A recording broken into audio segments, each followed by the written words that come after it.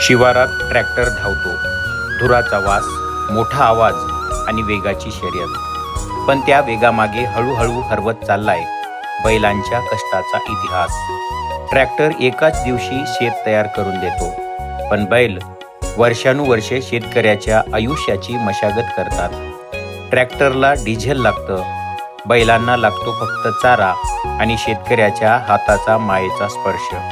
Tractor जमीन नांगरतो, पण बैल माती समजून घेतात, तिच्या श्वासाशी जुळून घेतात, हळूवार, जपून, संयमानं.